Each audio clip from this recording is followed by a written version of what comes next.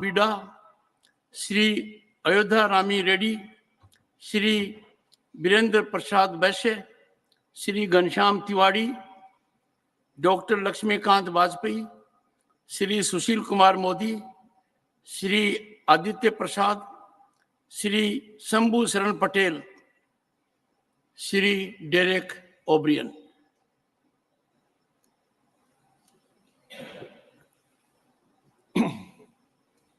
Thank you very much, sir, for allowing this discussion on an important subject to be taken up. Sir, a short duration discussion is a time where an opposition MPs get a chance to express ourselves. And we thank you not only for taking this discussion up, sir, because there is a tradition here to take one short duration discussion every week. Not only have you taken this discussion up, but the normal time for this discussion is 2.5 hours. And I've just noted that it's actually been expanded to 4 hours. So we appreciate that. And if this short duration discussion on an issue which is primarily put up by members of the opposition and of course, and of the treasury benches. Sir, I think it will go a long way in having a house running. You wanted to run 100% without any disruption. Let me, on behalf of my party, the Trinamool Congress, and I'm sure many of my colleagues from other parties on this side share the view, not 100%, sir. Till 22nd December, we'll make it run for 102%. And give us one short duration discussion next week, where I'm told that over 100 MPs from 12, 13 different political parties want to have a discussion on the steps to be taken to strengthen cooperative federalism. We want to discuss this, sir, in a meaningful way. Now, on this subject. Sir, elections come and go. Some win, some lose. Sir, but the real winner after every election, besides, of course, the parliamentary democracy, are the people. And on the subject, sir, on the economy, which is the subject of our discussion, how is the economy looking? And I think it depends on whose eyes are you looking through. If you're looking at the economy this morning when you get up, and if you're into the stock market, you should be very happy. Some 69,000 in the stock market. Should be very happy. If you're looking at the economy through the eyes of the billionaires, you should also be very happy. And we have nothing against billionaires, may their tribe increase. From 142 billionaires in India 3 years ago, that number is now 169. Good. If you're looking at the economy through the eyes of the richest 1% of everyone in India, you should also be happy, because the richest 1% control some 40% of the total wealth. And since the finance minister is here, and thank you, ma'am, for being here, because whenever we try and have some meetings with ministers with our state government, the Minister of State is sent to meet us. So I really appreciate that the minister herself is here. If you're looking at it through the eyes of the finance minister, you should also have not a bad Tuesday afternoon, thinking that the GDP is projected to grow at, or had 7.6% in the second quarter. Sir, but if you look at the economy through the eyes of any family, anywhere in the country, what will those eyes looking at the economy tell you, sir? Those eyes will tell you that from 2014 to 2023, the price of rice has gone up by 56%, the price of wheat by 59%, milk by 61%, tomatoes by 115% or tur dal by 120%. Gas now has come down, but before the elections it came down. And there is a saying in Bangla, sir, Hajar takai ranna hocche bina poishar chal. You must have picked up some Bengali. Hajar takai ranna hocche bina poishar chal. In other words, the Prime Minister is giving you the gas, which is 1,000 rupees. The rice is free, but the gas is 1,000 rupees. Sir, if you look at this economy, and this is somebody I actually met, her name is Nupur Hati. She's from Hooghly district. Nupur Hati clutches on to her laminated job card because she hasn't received her Manrega wages. Or look at the economy to the 21 lakh workers who, like Nupur Hati, has worked, but it's been 2 years, even though she was guaranteed 15 days, she has not received these wages, adding up to some 15,000 crores. That's only one state. If you take all states, the number will be more. Or if you look at this economy through the eyes of any young man or young woman and the economy, and he or she will tell you that 25% of youth unemployment. So through you, sir, I ask this government, has this wealth which has been created, has it been passed on equitably? Has it been passed on equally? And that's the point today, sir, of what we are discussing. Yes, you have your moments, give us all the numbers, but has it gone to the bottom of the pyramid? And that's the single point today, sir, of what I am trying to say.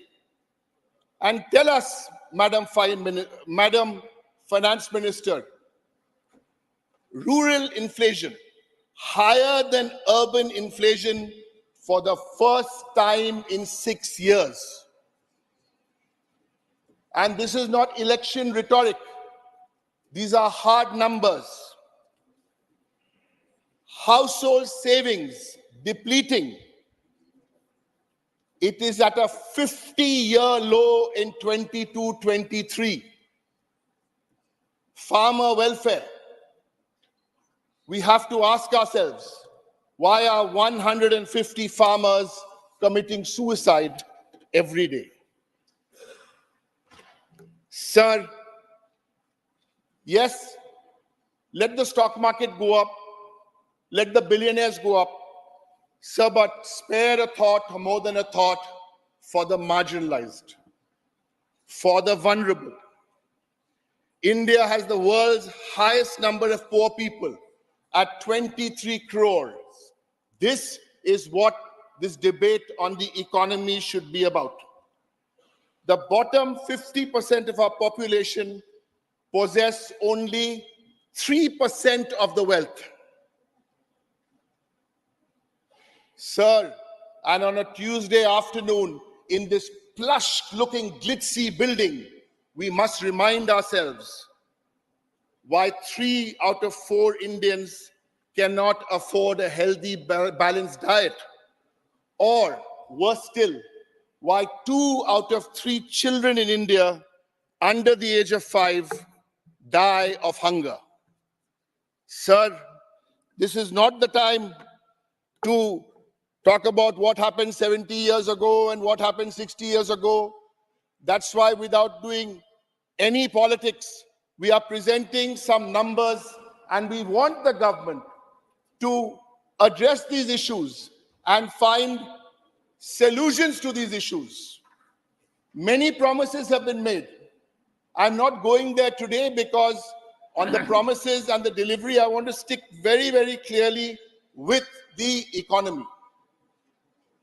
Sir, the point which I make on this last... But I'll give you more time. Thank you. Continue. Time allotted was I've got 12 3 minutes. minutes. They told me 12, so I don't know. No, 12 is there. 12. 12 is over. But continue. So while on the subject, nothing to do with this, you know, it's difficult for us to see the time because the timers are behind us. I'd request you to You had give made a us... suggestion, we are doing something about it. Thank you, sir. Sir, then let me conclude. Because we have to look at the priorities of this government. I started off my story with elections. Who wins? You win. Yes, BJP, you win elections. It's another matter when you fight us, you don't win elections, we win elections. So let's compare equals. You win, we win. You have an outlook on the economy. Mamata Banerjee's Trinamool Congress has an outlook on the economy. What's the difference in the outlook? So 1, 2, and 3 points. Indian economy is expected to grow at 7% in the current financial year. Bengal growing at 8.4% in the current financial year. I want to leave these numbers here because when we are doing this growth in Bengal, it is not a divisive growth. It is an inclusive growth. Everybody has taken along.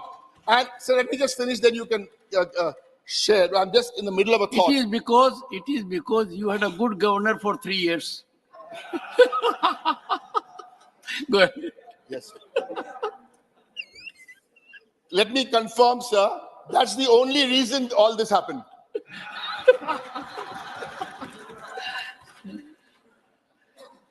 I only don't want to add 3 points. So I gave you the growth number. I want to take one other number of one social sector view. On our view, the Trinamool view, because they win and we win, and the BJP view. And I'll give you one more economic number, sir, then I'll give you the social sector.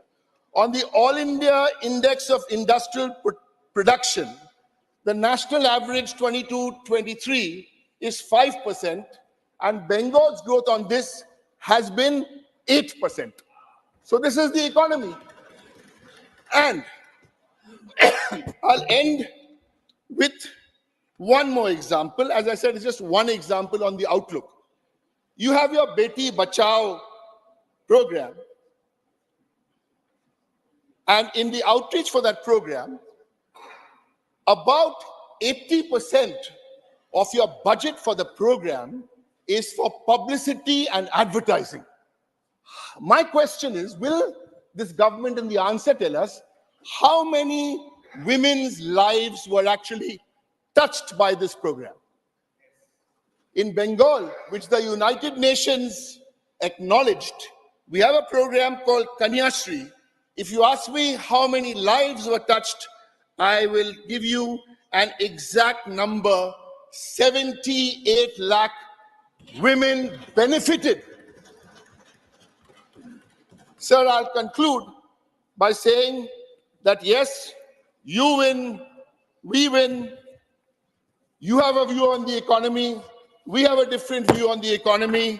And there's even another very, very big difference between who you are and who we are, because we also believe that no one can worship God either in a mosque or in a church or in a big temple, or love his neighbor on an empty stomach. Thank you, sir. Honorable members, I now call upon the members whose names have been received for participation in the discussion.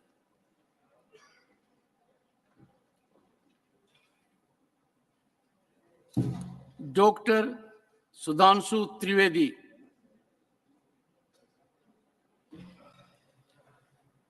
माननीय 25 सभापति minutes. महोदय, Dr. Trivedi, 25 minutes. Your time starts there. Go ahead. माननीय सभापति महोदय, आज हम देश के आर्थिक विषय के ऊपर विचार करने के लिए इस सदन में एकत्र हैं और मैं आशा करता हूं कि अर्थ के इस विषय के ऊपर सार्थक चर्चा से कोई सार्थक निष्कर्ष होंगे तो हमें अधिक बेहतर और सार्थक पक्ष नजर आएगा। मैं अपने सम्मानित सदस्यों का ध्यान आकर्षित करना चाहता हूं कि इस समय जो ग्रोथ रेट अवेलेबल है, जिसका सोर्स है IMF, वर्ल्ड इकोनॉमिक फोरम, अक्टूबर 2013, मैं छोटे मोटे देशों की बात नहीं कर रहा हूं, सामान्य देशों की बात नहीं कर रहा हूं, अमेरिका की 1.5 है %, European union 1.2, Germany 0.9, France 1.3, Italy 1.7, Spain 1.7, Japan 1, England 0.6, Canada 1.6 और अदर एडवांस कंट्रीज 2.2 और इसमें भारत 6.3।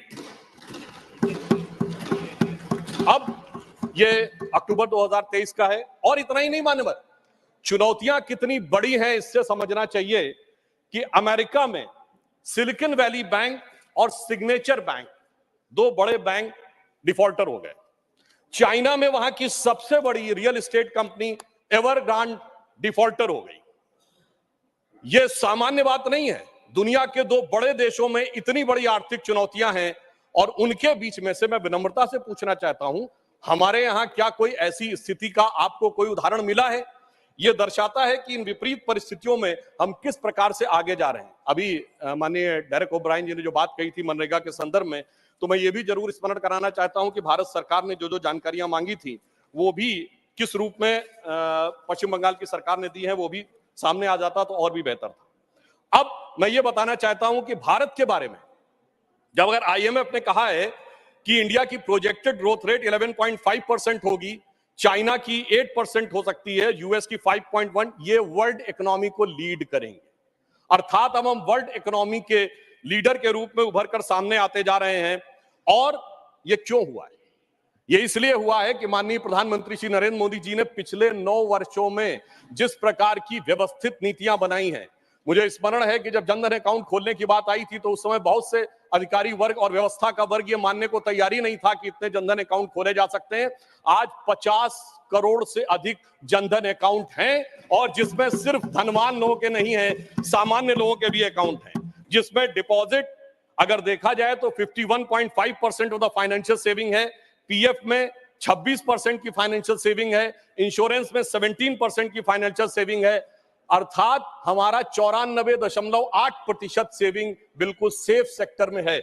इस बात पे मुझे याद आता है मान्यवर 2013 में मैं अमेरिका के दौरे पे गया था। तत्कालीन भाजपा के राष्ट्रीय अध्यक्ष और वर्तमान रक्षा मंत्री राजनाथ सिंह जी के नेतृत्व में एक प्रतिनिधिमंडल में भारत को लेकर एक बड़ा ग्लूमी एटमॉस्फेयर था। वहां पे लोग कहते थे the success story of India is over, मगर हम लोगों ने उन्हें आश्वस्त किया था the success story of India is not over, success story of India is waiting for Modi ji to come into power. और आज अगर हम देखें तो वो साफ दिखाई पड़ रहा है। और मैं ये भी बताना चाहता हूं कि केवल ऐसे नहीं हो रहा है। यदि हम इन आंकड़ों को गंभीरता से देखें तो पिछले समय के मुकाबले में अगर हमारे एक्टिव मोबाइल कनेक्शन जो पहले 93 करोड़ थे वो अब 110 करोड़ हुए हैं, तो मानी हुई बात है, इसमें बढ़ोतरी हुई है। अब यहां पर महत्वपूर्ण बात क्या है, पहले हम मोबाइल हैंडसेट का इंपोर्ट 78% करते थे मोबाइल हैंडसेट का, अब 4% करते हैं। तो क्या ऐसा तो नहीं है कि अगर हम 4%, इसका मतलब हमारी कितनी इसमें फॉरेन की वैल्यू बची है। मोबाइल फोन एक्सपोर्ट में हम पहले 1500 करोड़ के आसपास थे, आज 90,000 करोड़ रुपए के आसपास है। अगर हम नंबर ऑफ ऑटोमोबाइल सेल देखें तो मैं ये भी विनम्रता से ध्यान दिलाना चाहता हूं, अब ये सर्वेक्षण भारत सरकार का नहीं है कि ऑटोमोबाइल मैन्युफैक्चरिंग में, ऑटोमोबाइल की होल्डिंग में हम दुनिया के तीसरे नंबर के देश बने हैं। 7.5 करोड़ परिवार भारत में ऐसे हैं जिनके पास कोई ना कोई एक ऑटोमोबाइल जरूर है, चाहे 2 व्हीलर हो या 4 व्हीलर हो। तो मानी बात है वो 7.5 करोड़ कोई धनाढ्य करोड़पति अरबपति नहीं है। ये इक्विटेबल डिस्ट्रीब्यूशन ऑफ वेल्थ का जो प्रयास प्रधानमंत्री मोदी जी के नेतृत्व में हुआ है, ये उसका प्रमाण है। अब मैं ये भी बता देना चाहता हूं कि पहली बार ऐसा हुआ है कि एशिया की इकोनॉमी कौन राइज करेगा, इसके बारे में यह कहा जा रहा है कि अब वो चाइना से शिफ्ट होकर भारत एशिया की इकोनॉमी का इंजन बन के उभरेगा। मैं एक और डाटा अभी बता देना चाहता हूं कि जो हमारे कंज्यूमर एसोसिएशन है उसने आंकड़ा दिया कि वर्तमान दीपावली का जो फेस्टिव सीजन गुजरा है और छठ का मिलाकर 4 लाख करोड़ रुपए की स्पेंडिंग हुई है, जिसमें छोटे सामान खरीदने से लेके, घरेलू सामान खरीदने से लेके, बर्तन, सोना चांदी, सारी चीजों में अगर 4 लाख करोड़ रुपए की स्पेंडिंग भारत की जनता ने की है, तो कहीं ना कहीं ये अंधकार से निकलते हुए दीपावली के समान एक नई ज्योति के साथ भारत की अर्थव्यवस्था को ले जाने का एक संकेत भी दिखाता है। और मुझे यह भी याद आता है मान्यवर, जब मैं इंजीनियरिंग का छात्र था, एक दौर था जब भारत का, 91 की बात कर रहा हूं, फॉरेन एक्सचेंज रिजर्व 1 बिलियन पे आ गया था। 2 बार रुपये का डिवैल्यूएशन हुआ था, सोना गिरवी रखा गया था। लोगों को याद होगा जुलाई अगस्त की बात, तो एक 91 की दिवाली थी, एक वो भी दिवाली थी जब उजड़ा हुआ गुलशन था, रोता हुआ माली था। एक ये भी दिवाली है जब महका हुआ गुलशन है और ज्योत निराली है, एक वो भी दिवाली थी, एक ये भी दिवाली।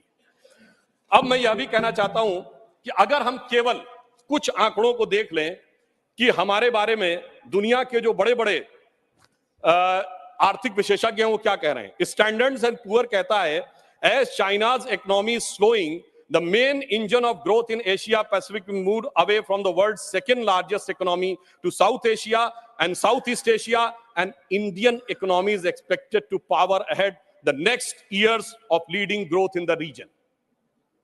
मॉर्गन स्टैनली अपनी रिपोर्ट में कहता है, जो पहले कहता था, the famous Morgan Stanley report in January 2014, जिसमें उसने कहा था कि India has fallen into fragile 5, और the same Morgan and Stanley in October 2013 कहता है, describes India at its most preferred emerging market and increase its overweight stance in Indian equities. यानी वही जो कहता था कि हमारी अर्थव्यवस्था डूबने के कगार पे है, वो अर्थव्यवस्था अब हमारी उभरने के कगार पे उभरती हुई दिखाई पड़ रही है। Global economy is getting weaker and there are only a few bright spots such as US and India, says chief economist of the world bank. A working paper released in April 2023 says, stacking up the benefits lessons from the Indian digital journey. इसका मुख्य कारण उन्होंने बताया है कि प्रधानमंत्री श्री मोदी जी के नेतृत्व में जो डिजिटल ट्रांसफॉर्मेशन हुआ है, उसने भारत को एक नए स्वरूप में पहुंचाया है, और इसीलिए यह कहा है आईएमएफ ने कि इंडिया एक फास्टेस्ट ग्रोइंग इकोनॉमी के रूप में आगे बढ़ रहा है। और यह केवल ऐसे ही नहीं हुआ है। अगर आपने देखा कि लास्ट मंथ में फिच ने अपनी रेटिंग भारत की एक्सपेक्टेड ग्रोथ रेट 5.5 से बढ़ाकर 6.2 कर दी, और चाइना की 5.2 से घटाकर 4.5 कर दी। इसीलिए मैं सिर्फ मेजर इकोनॉमी से कंपैरिजन कर रहा हूं। यह दर्शाता है कि दुनिया किस हालात में है और मोदी जी के नेतृत्व में हम किस हालात में हैं, इसे समझने की जरूरत है। और यह क्यों हुआ? क्योंकि हमारी वित्तीय नीतियां बहुत सार्थक और व्यवस्थित ढंग से आगे बढ़ी। सबसे ज्यादा इंफ्रास्ट्रक्चर अगर आप देखेंगे बजट में, तो इंफ्रास्ट्रक्चर में हुआ। रेल, रोड, पोर्ट्स बने। गरीब कल्याण के लिए चाहे 80 करोड़ लोगों को कोविड के दौरान धन देने की जरूरत नहीं, मैंने कहा अनाज देने की जरूरत पड़ी। कई बार लोग प्रश्न करते हैं इसकी क्या जरूरत थी। मान्यवर, जब सप्लाई चेन्स खत्म हो गई थी, अगर आप किसी को पैसा दे देते तो वो चीज की व्यवस्था करता कहां से, इसलिए वो अनाज पहुंचाने की व्यवस्था थी। और अगर हम परचेजिंग मैनेजर इंडेक्स की बात करें तो अक्टूबर में 58.4 हुआ है, जो कि सर्विस सेक्टर में अगर हम देखें तो स्ट्रॉन्गेस्ट आउटपुट है पिछले 13 वर्षों में। मैन्युफैक्चरिंग सेक्टर में 28 कंसेक्यूटिव मंथ में वो बढ़ता हुआ 50.5 है अक्टूबर 2023 में। और डोमेस्टिक एयर ट्रैफिक में 11% की बढ़ोतरी हुई है अक्टूबर 2023 में। अब मैं अपने विपक्ष के सम्मानित सदस्यों के संज्ञान में लाना चाहता हूं, अगर एयर ट्रैफिक में बढ़ोतरी हो रही है तो मानी हुई बात है अर्थव्यवस्था में कुछ ना कुछ सुधार दिखाई पड़ रहा होगा। इसी कारण से यह दिखाई पड़ रहा है। सितंबर 2023 में जो इंडस्ट्रियल प्रोडक्शन है वो 5.8% की ग्रोथ के साथ लगातार ग्रोथ कर रहा है, जो अगस्त के अनुसार, अगस्त की तुलना से अगर पूरे देखें तो विगत 14 महीनों में सबसे अधिक है। अब अगर ओवरऑल एक्सपोर्ट देखें तो अक्टूबर में 9.43% ईयर ऑन ईयर बेसिस के ऊपर बढ़ा हुआ है, जो $62.26 बिलियन के आसपास पहुंचा है। सर्विसेज ट्रेड सरप्लस एक्सपोर्ट में हम 22% की वृद्धि करते हुए दिखाई पड़ रहे हैं। अक्टूबर 2023 का डाटा है। परंतु हम आए किस चुनौती से, यह भी ध्यान रखना चाहिए। बैंकिंग सेक्टर में एक बहुत बड़ी चुनौती थी। वो चुनौती यह थी कि उस जमाने में जितने नॉन परफॉर्मिंग एसेट्स थे, बैंकों को जो लोन दिए गए थे, वो हमारे लिए एक बहुत बड़ी चुनौती थी। और एनपीए 2014-15 के टाइम में बहुत तेज गति से आगे बढ़ रहा था। अब आईएमएफ प्रोजेक्ट करता है कि इंडिया की ग्रोथ भी आगे बढ़ रही है, हमारा बैंकिंग सेक्टर काफी बेहतर तरीके से आगे बढ़ता हुआ दिखाई पड़ रहा। मैं इस संदर्भ में कोट करना चाहता हूं। मान्यवर, ये मैं नहीं कह रहा हूं, पिछली सरकार, बाद में हमारी सरकार में भी रहे, 2018 में अपने एक साक्षात्कार में रघुराम राजन जी ने कहा था, non performing assets bomb on Modi one regime, even though the Rajan said that the lending banks of 2006 to 8 was the origin of the bad loans which was in the UPA government. ये रघुराम राजन जी ने कहा कि 2006 से 8 के बीच में जो bad loans दिए गए उसके लिए भले ही आज, और ये नवंबर 2018 को उन्होंने एक साक्षात्कार दिया है, उसमें आया है। इसलिए हमने आज स्थिति ये की कि जन जन तक उस धन को पहुंचाया, उसको सुरक्षित किया और जन कल्याणकारी कार्यों में उसको स्थापित करने का प्रयास किया। और आज आप देखिए पब्लिक सेक्टर बैंक्स ने 1 लाख करोड़ रुपए का रिकॉर्ड प्रॉफिट अर्जित किया है फाइनेंशियल ईयर 2022 और 23 में। यानी कहां वो बैड लोन्स पे दबे जा रहे थे और कहां वो रिकॉर्ड प्रॉफिट करते हुए नजर आ रहे हैं। और state bank of India SBI, जिसके बारे में भी मात्र चंद महीने पहले की तो बात है, जो कहा जाता था कि साहब ये खराब हो गया, डूब गया वगैरह वगैरह, आज स्थिति यह है कि SBI has become the most profitable company in the India, and as per the recent quarterly result in quarter first of 2033-34, SBI has earned a profit of 18,537 crores. यानी ये जो है प्राइवेट और सरकारी दोनों के हिसाब से ये सबसे अधिक आया है। और कहां हम कर्ज के अंधेरे में डूबे थे और आज मोदी जी ने उसे कर्ज के अंधेरे से निकालकर बैंकिंग व्यवस्था को जन कल्याण के सवेरे तक लाने में सफलता हासिल की है। और अगर हम पिछले समय में देखें तो ट्विन बैलेंस शीट जो बैंक्स एडॉप्ट करते थे वो अपने आप में एक समस्या थी, परंतु वित्त मंत्री जी के नेतृत्व में जिस प्रकार के प्रावधानों में परिवर्तन किया गया उस कारण से अब ये ट्विन बैलेंस शीट एक नए समाधान के रूप में आगे बढ़ रही है। आज अगर देखा जाए तो हम 2 लाख करोड़ रुपए के वर्थ के इलेक्ट्रॉनिक मैन्युफैक्चरर एक्सपोर्ट कर रहे हैं। अब भारत 1500 से अधिक ग्लोबल कैपेसिटी सेंटर्स का केंद्र बनता जा रहा है। नाउ मैं ये कोट करना चाहता हूं कि India is the most preferred location for shared global services, ये डेलॉयट ने 2003 में कहा है। और हमारी सरकार ने कुछ महत्वपूर्ण निर्णय लिए, जैसे रेट्रोस्पेक्टिव टैक्सेस को रिपील किया। रेट्रोस्पेक्टिव टैक्सेस के कारण जो एक अनसर्टेनिटी बनी रहती थी अर्थव्यवस्था को लेकर, वो समाप्त हुई। और जहां तक गरीबी और पॉवर्टी की बात करते हैं तो UNDP की 2022 की रिपोर्ट को मैं कोट करता हूं, the relative reduction from 2015-16 to 2019-21 was faster. It is 11.9% year as compared to the previous time. यानी मोदी जी की सरकार आने के बाद गरीबी उन्मूलन बहुत तेज गति से हुआ। ये UNDP की रिपोर्ट कह रही है, ये हम नहीं कह रहे हैं। और IMF का ये कहना है कि extreme poverty was maintained below 1% in 2022 because of प्रधानमंत्री गरीब कल्याण योजना। यानी वो साफ मान रहे हैं कि प्रधानमंत्री जी ने जो योजना बनाई उस कारण से, जिसको हम गंभीर कहते हैं, गंभीर गरीबी कहते हैं, वो 1% से नीचे पे आई है। अब IMF की चीफ क्रिस्टिना जॉर्जिएवा ने अभी कहा है, 1 साल पहले उन्होंने कहा, India deserve to be called as the bright spot and otherwise the dark horizon because it has been the fast growing economy even during this difficult time, and most importantly this growth is underpinned by structural reforms। यानी IMF chief ये बात की तस्दीक कर रही हैं कि मोदी जी के नेतृत्व में जो आधारभूत संरचनागत परिवर्तन हुए उसी कारण से भारत एक ब्राइट स्पॉट के रूप में उभरता हुआ दिखाई पड़ रहा है।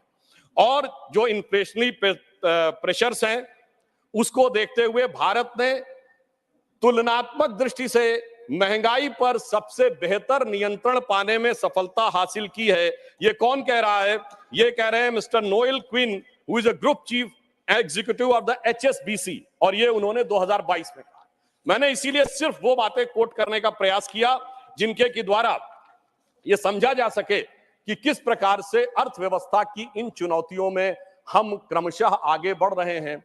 और मैं यह भी एक बात बताना चाहूंगा कि भारत की अर्थव्यवस्था अपने आप में किस प्रकार से आगे बढ़ रही है। मैं एक कोट करना चाहता हूं, एक नोबेल प्राइज विनर हैं, स्टैनफोर्ड यूनिवर्सिटी के professor, his name is Michael Spence, जिन्होंने 2022 में कहा, quote, the global economy is undergoing a regime change today.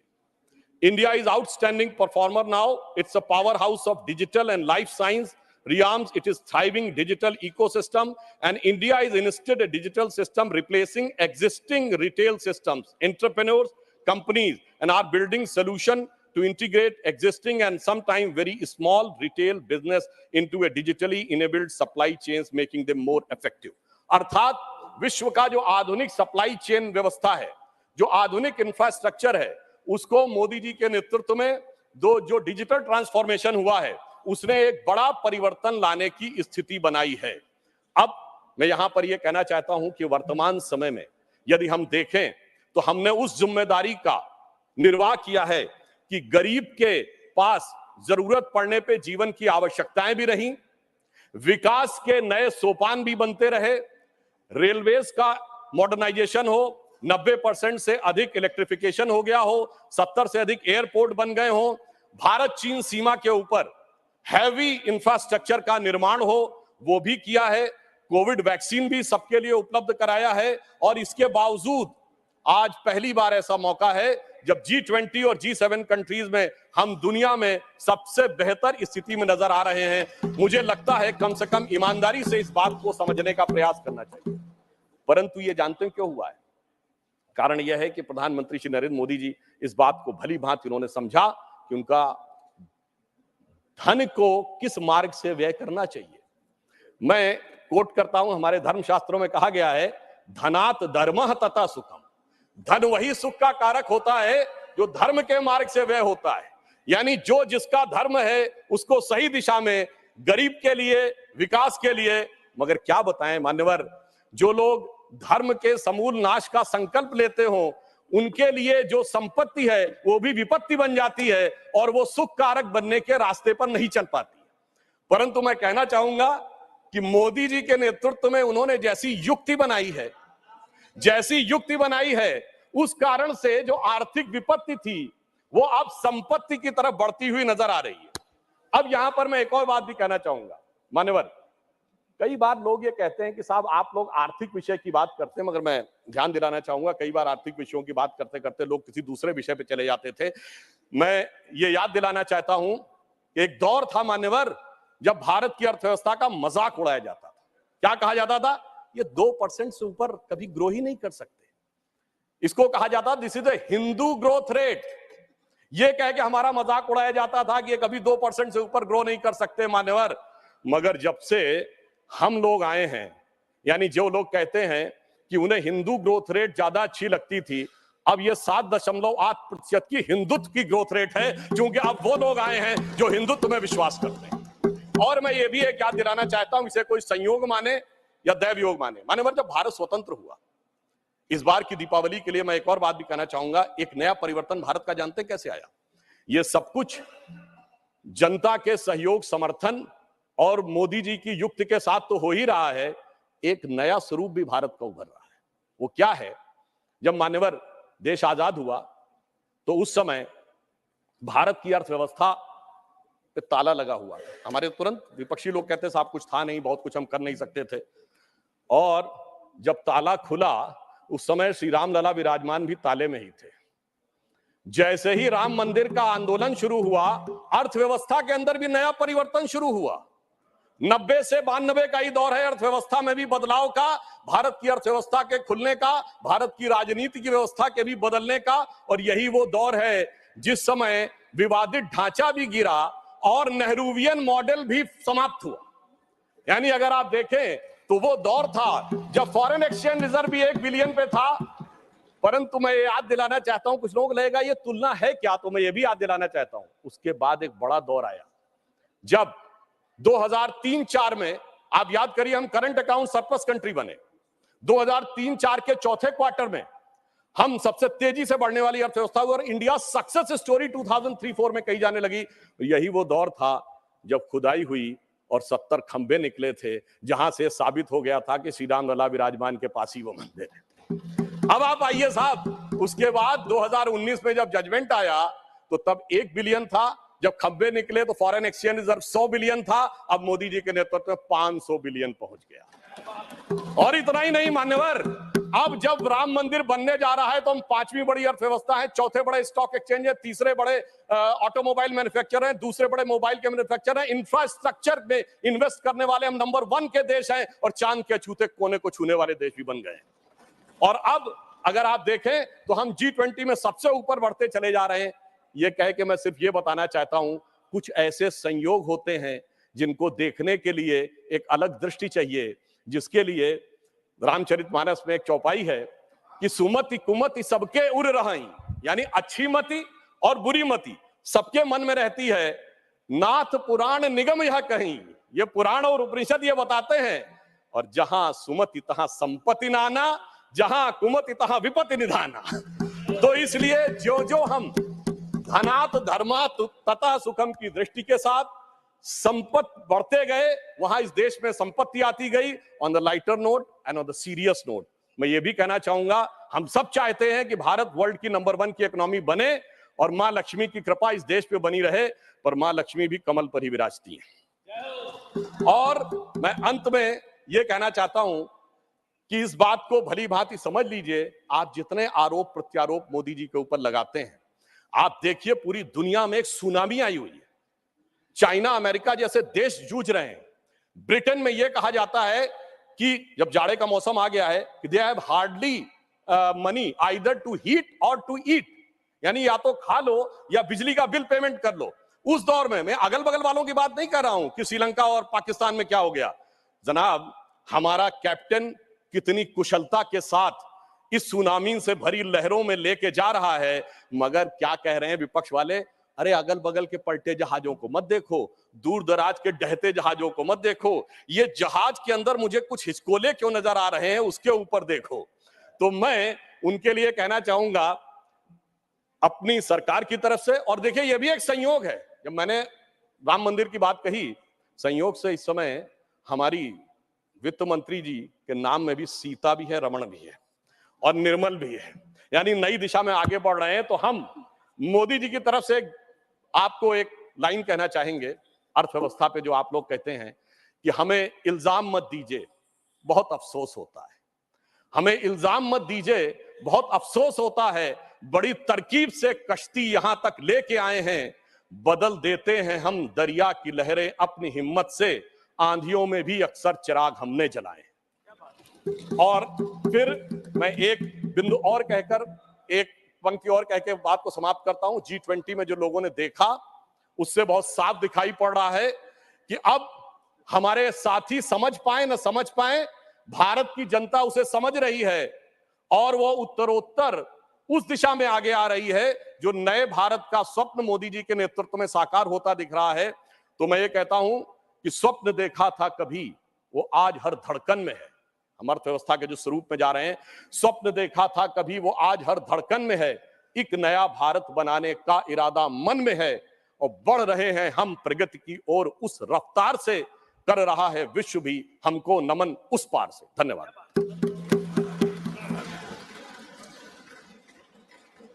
Shri P Chidambaram sir, 10 minutes. Thank you, sir. More than enough.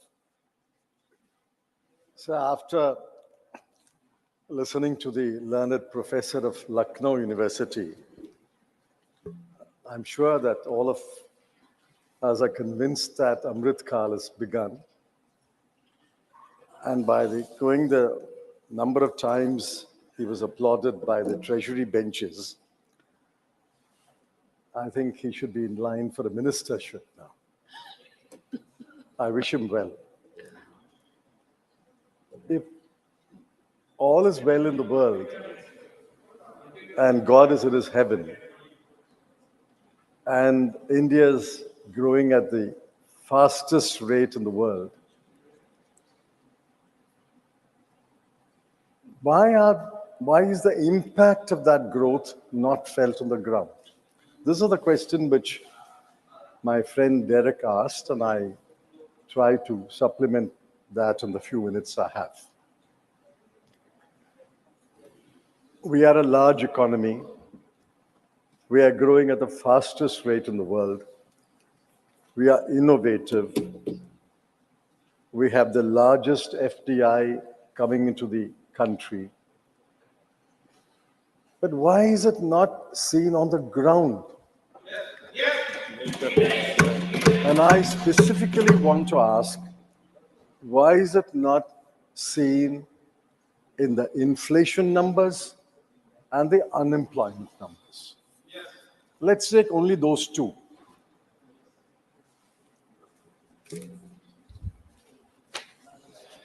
Now, what are the unemployment numbers? And I'm going by official numbers. The government doesn't like the CMIE numbers, so we'll avoid the CMIE numbers. Mercifully, the BJP no longer talks about 2 crore jobs being created every year. Thank you for small mercies that you're not making these tall claims. That's one of the election jumlas. I didn't know the word jumla unless I heard it first from the Honorable Home Minister. Now let's focus on a few numbers. This is official numbers of the periodic labor survey. The worker population rate in this country is 46%, which means the number of workers to the population is 46. It's quite low, but let's take it as acceptable given the various circumstances of the country. Of the worker population, that is 46% of the total population, male worker population is 69%, but the female is only 22%. Of the worker population, less than 50% actually work. So if you apply 50% on 46%, effectively it means only that 23% of the people work. This has more or less been constant in the last 9.5 years of the BJP government. Now, why, I ask, if we have such scintillating growth, why is this numbers not improving?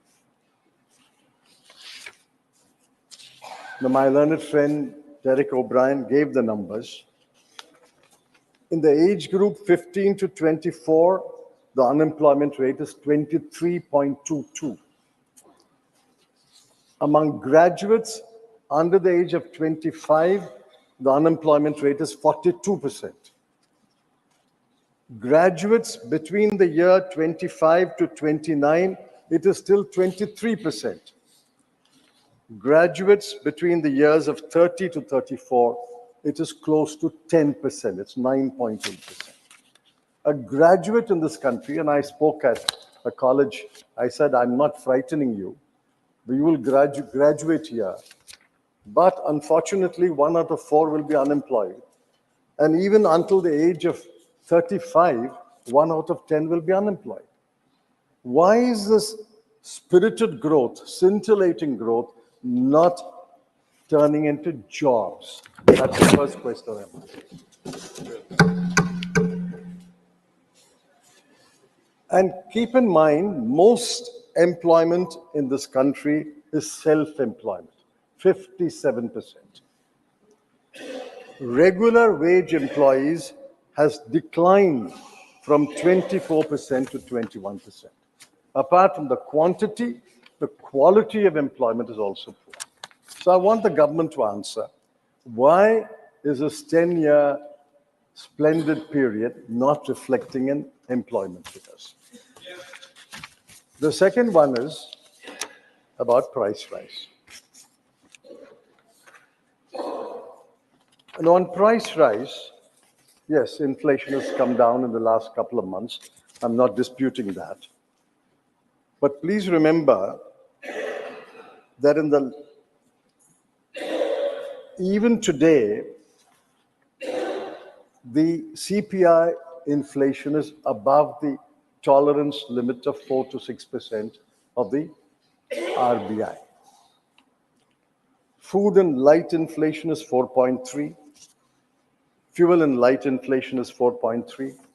Food inflation is 9.2. What does the combination of high unemployment and high prices, what does it mean? It means that, and I think Derek hinted at that, it means that there is a cut, the impact will be felt in the cut in domestic consumption, cut in household consumption. The impact is you borrow more. Credit growth is driven in this country, according to the RBI, on personal loans and gold loans. The net financial assets of households has plummeted to the lowest level, 5.1%. What does this mean? It means that people are consuming less, people are borrowing more, they are liquidating their household assets and savings, and the net financial savings has come down to a historical low, a 50-year low of 5.1%. It also shows up elsewhere. It shows up, for example, in matters like child malnutrition. I'll just give you the numbers of child malnutrition, and are shocking numbers. They're shocking numbers of child malnutrition. Today, among children, you will find that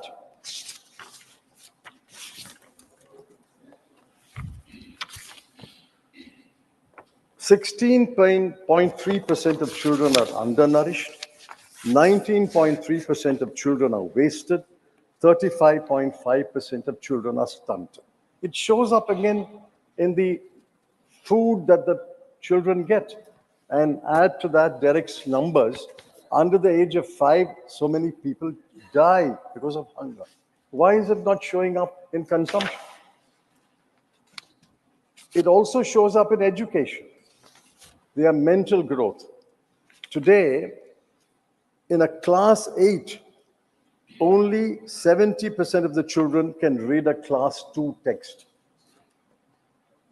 And only 45% of children can do basic arithmetic.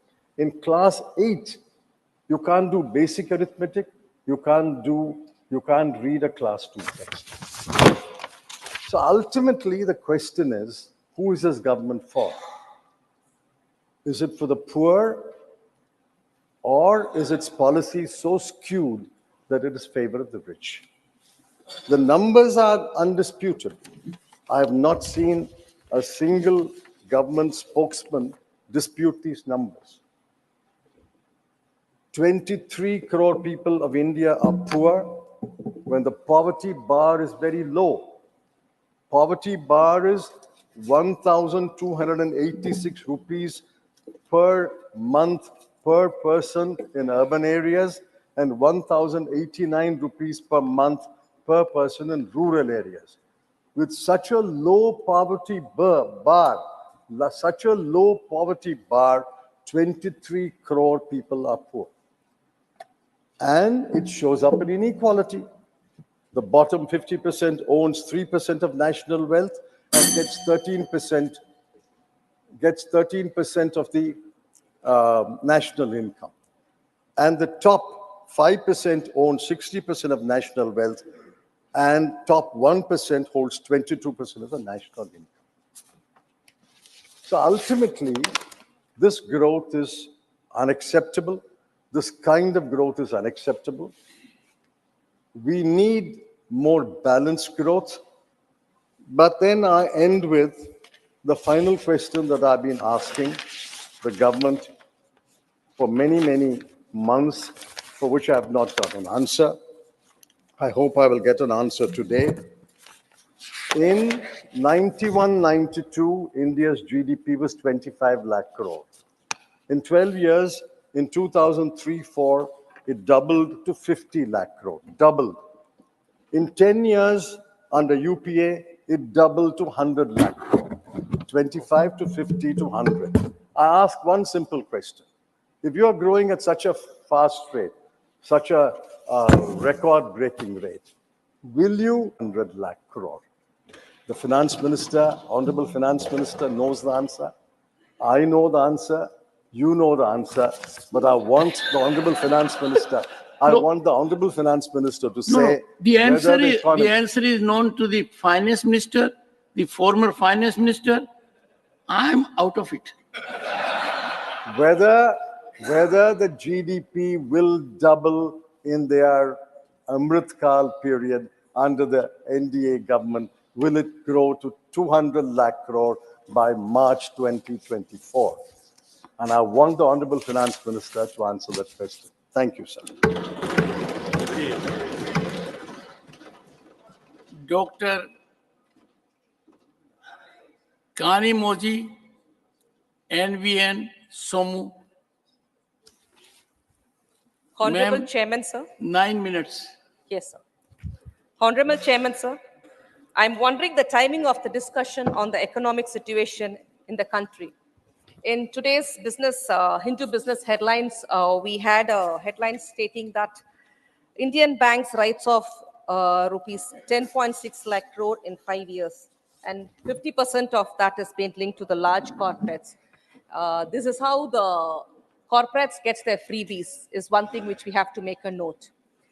The India's DGP crosses $4 trillion for the first time. Sir, there is no doubt the Indian economy is growing. India is set to outspace Japan and Germany shortly as the fastest growing economy in the country. And the government also claims that the GST collections has touched a record high. But always Tamil Nadu has got the brunt of not getting it back what we give it to the Indian government.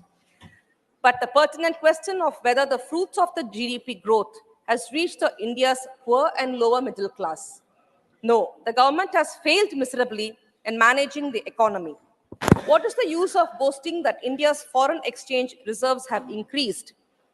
Indian economy grows faster than US economy with 7.6% GDP growth when 80% of the population is suffering in poverty.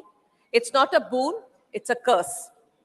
US is 37.5 trillion economy with a population of 33 crore, but India's population is 142 crores.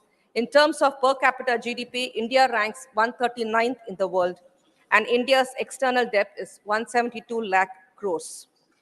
India has witnessed a surge in private debt, especially in the corporate and the household sectors, due to the easy credit availability and low interest rate.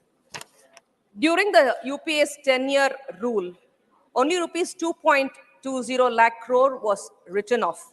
For a kind information, as of now, the Indian banks have written off as rupees 10.6 lakh crore in the 5 years. However, this also possesses a risk of default and financial instability, especially if the income growth slows down or 6% of national income in 2019, up from 37% in 1980. Similarly, the top 10% of wealth holders owned 77% of total wealth in 2019, up from 66% in 2000. High inequality can lead to social unrest, political instability, and lower economic growth. Unemployment rate has touched 10%. The unemployment of youth aged between 18 to 25 is touched abnormally low to 25%. Only a very small percentage of people are lucky to get a regular employment in government and private companies. Sir, more than 40 lakh government jobs are vacant, and the government has promised to create 2 crore new jobs every year, could not fill even 10 lakh vacant jobs. Too much emphasis on privatization of government and public sector companies will destroy the social structure of the country. The reservation system followed in our country is indispensable for upholding social justice and removing inequality. Reservations are not provided in any private sector, and if the governments keep on privatizing the reservation system, will derail and the social justice and equitable distribution of wealth is under threat. Therefore, I urge the government to introduce a bill to provide reservation in the private sector before it sells everything. This government behaves like a good salesman, but not a good Samaritan.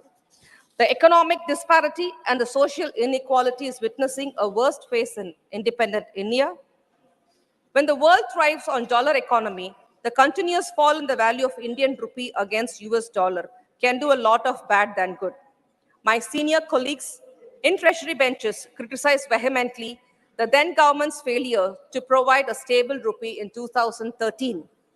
You have promised to people of India that when you come to power, you will stabilize the value of Indian rupee against US dollar and bring the value of $1 to rupees 40. What happened after your government captured the power in 2014 is a history known to everyone. Our Honorable Finance Minister has even said in public Indian rupee is falling, only US dollar is raising. This is a candid statement accepting the failure of the government to stabilize the value of Indian rupee against the US dollar. Due to the extreme rupee-dollar rate fluctuations, India's nominal GDP affects badly. The export gain is lost by a mile through import loss. The value of India's import is much higher than export. The widening gap in trade deficit is not good for any country. India is no exception. Our country's trade deficit with other countries, especially China, is going to affect the Indian economy very much. Too much dependence on imports from China will destroy the prospects of indigenous manufacturing and development. I think the warning bell is ringing. It's a wake-up call for the government to reduce the country's over-dependence on China in importing. Another time bomb of our country is facing at the moment is the escalating prices of the essential commodities and food items. The World Economic Forum predicts that the cost of living crisis sparkled by fluid and food price hikes will hit women the most. The rising prices have hit almost everyone, either it be a milkman, a fish vendor, a auto or a taxi driver, or the pensioners. All are affected very badly, but the union government is still having a blind eye to the precarious situation in the country right now it is in. Transportation cost has gone up by 20 to 30% due to the steep hike in the prices of petrol, diesel, and CNG. It is causing a ripple effect on the vegetable prices. The steep hike in the CNG prices had made life miserable for the auto and cab drivers. CNG is now sold over rupees 69 per kg. We demand the government should provide rupees 35 per kg subsidy on the CNG so that they can survive. The agriculture sector is the backbone of our country.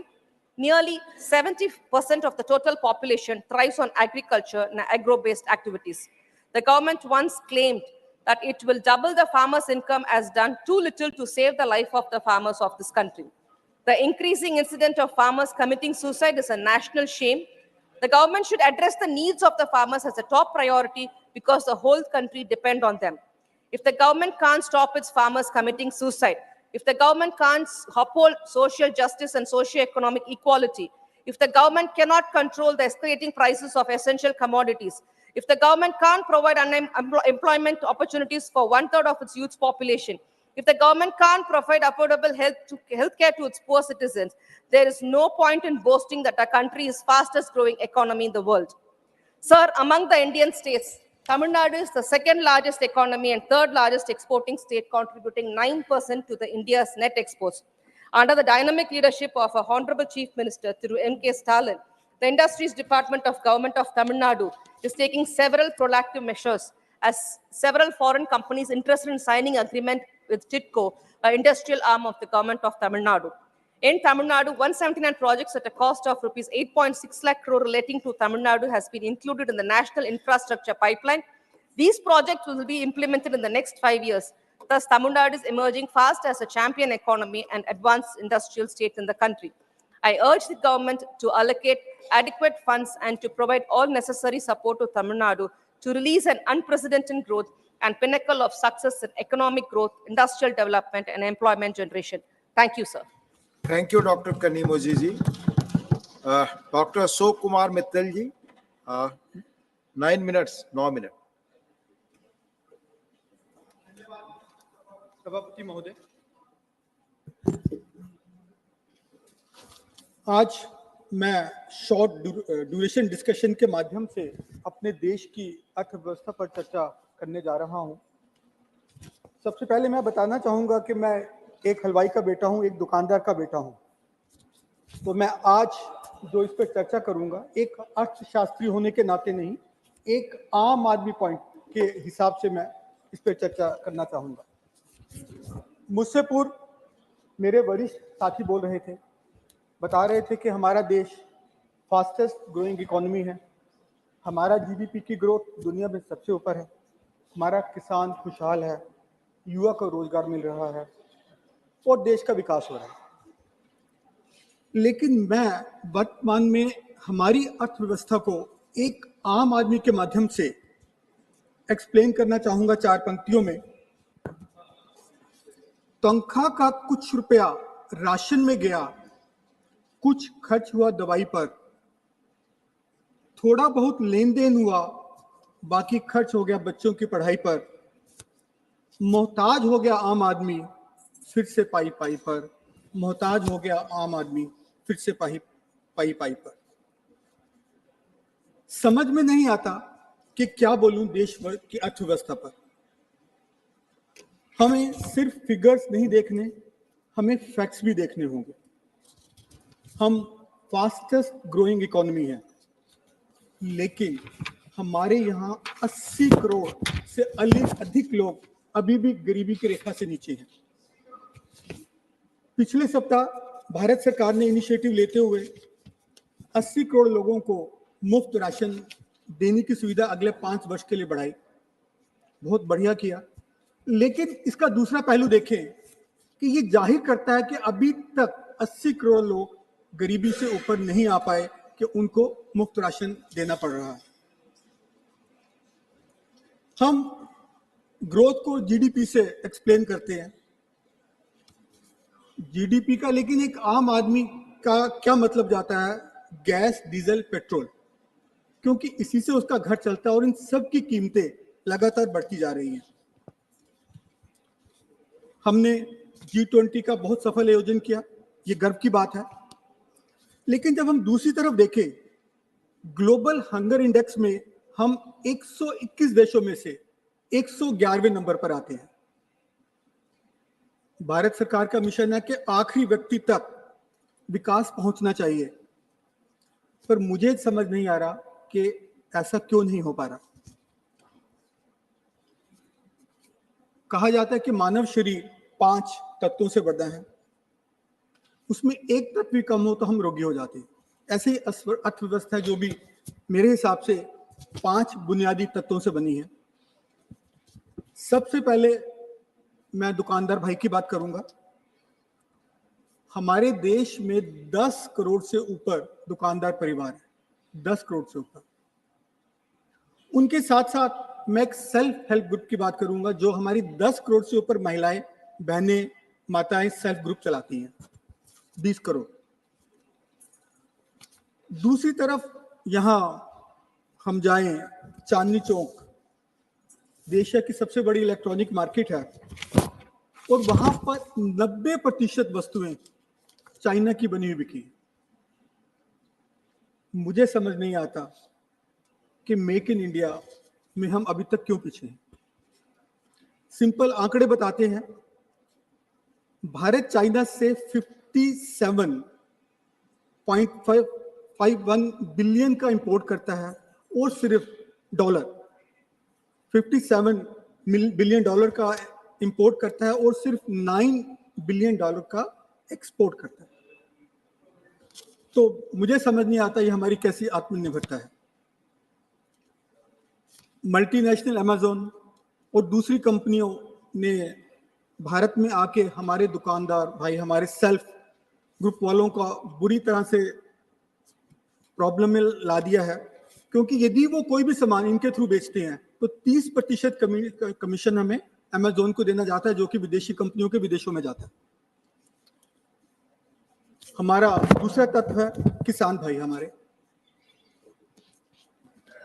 Bharat सरकार direct benefit scheme कर रही है और काफी कुछ कर रही है, बट दूसरी तरफ अभी कल ही होम मिनिस्ट्री ने नेशनल क्राइम रिकॉर्ड ब्यूरो के आंकड़े जारी किए, और उसमें भारत में पिछले वर्ष 2022 में 1 करोड़ 70 लाख सुसाइड हुए, जिसमें से 50 से 60 हजार किसान भाइयों के या हमारे मजदूर भाइयों के थे।